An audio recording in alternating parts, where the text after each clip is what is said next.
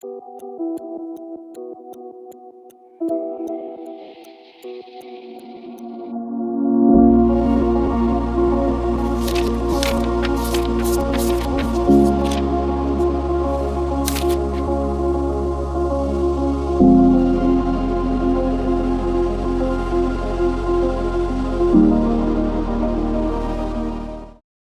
teman-teman, perkenalkan nama saya Mama Anjima dengan NIM 2288240017.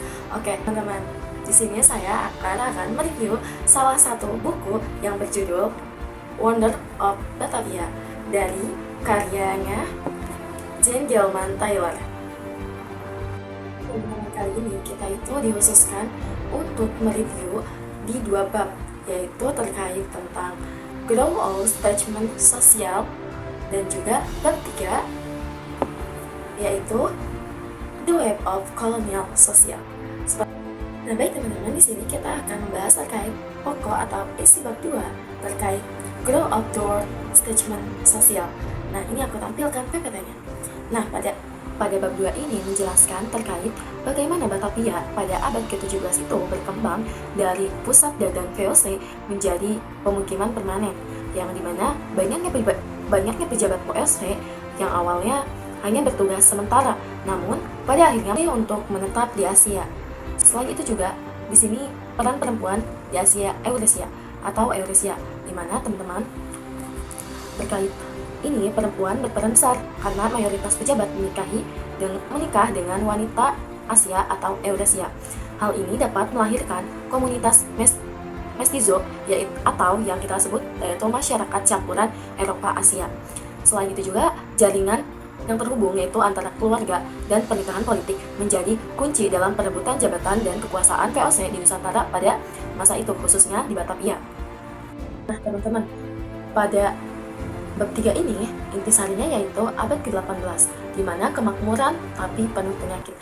Jadi pada abad ke-18 ini penuh kontras teman-teman, di mana kota makmur namun rentan wabahnya penyakit, serta banyaknya keluarga elit yang pindah ke villa di pinggiran kota seperti Bogor dan sekitarnya. Selain itu juga pada bab 3 membahas terkait budaya Eurasia yang semakin kuat, di mana pada penulisan ini semakin menonjolnya budaya Eurasia yang terlihat dari rumah, pesta, gaya hidup, dan juga busana yang memadukan Eropa dan lokal. Selain itu juga ada struktur sosial berbasis keluarga Indo-Eropa, di mana pada ini struktur sosial semakin tertutup yang didominasi keluarga Indo-Eropa. Selain itu juga ada definisi orang Eropa. Selain itu juga di sini bab 3 menjelaskan definisi Eropa yang meluas, namun diskriminasi tetap ada. Yang dimana definisi ini orang Eropa juga meluas teman-teman di sekitaran Batavia, mencakup imigrasi Belanda, Kreoleo, hingga anak hasil perkawinan campuran. Namun dengan adanya orang Eropa yang meluas ini tidak menutup kemungkinan meskipun diskriminasinya tetap terjadi. Jadi tetap ada ya teman-teman diskriminasi pada saat itu.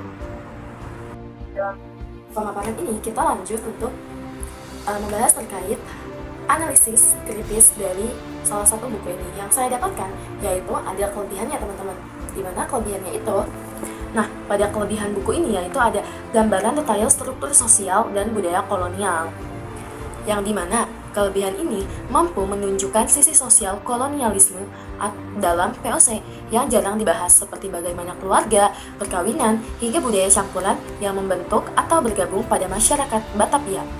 Namun di sini juga ada kekurangannya. Dalam buku ini lebih fokus atau lebih utama dalam membahas pada elitnya Eropa dan Eurasia, sedangkan suara pribumi kurangnya terlihat atau kurang didengar, sehingga suara pribumi ini kurangnya tersampaikan. Nah, di buku ini juga saya menemukan relevansi terkait pada jejak stratifikasi sosial dan diskriminasi yang masih terasa. Yang dimana meskipun begitu ada kelebihan dan kekurangan, relevansi dari buku ini kita memahami akar stratifikasi sosial dan diskriminasi rahasia di Indonesia. Untuk selanjutnya yaitu refleksi dan sekaligus penutup teman-teman, dimana pada refleksi ini kita dapat melihat kolonialisme membentuk identitas sosial baru, yang dimana dari kedua bab ini kita dapat belajar bahwa kolonialisme bukan hanya dalam perdagangan dan politik, tetapi juga menciptakan identitas sosial baru, seperti tadi terjadinya perkawinan antara Eropa dan orang lokal di Batavia. Nah, itu menjadikan statement baru atau turunan itu menjadi campuran dari Eropa ataupun dari Batavia. Selain itu juga, dari buku ini menjelaskan terkait kekuasaan berbasis keluarga dan perkawinan, yang mana teman-teman, jadi kekuasaan pada masa VOC itu erat banget teman-teman dengan adanya hubungan keluarga, di mana adanya perkawinan tadi teman-teman, yang terjadinya perkawinan antara orang lokal atau masyarakat lokal dengan bangsa-bangsa Eropa atau bangsa Belanda VOC itu menjalin kekuasaannya dengan kekeluargaan.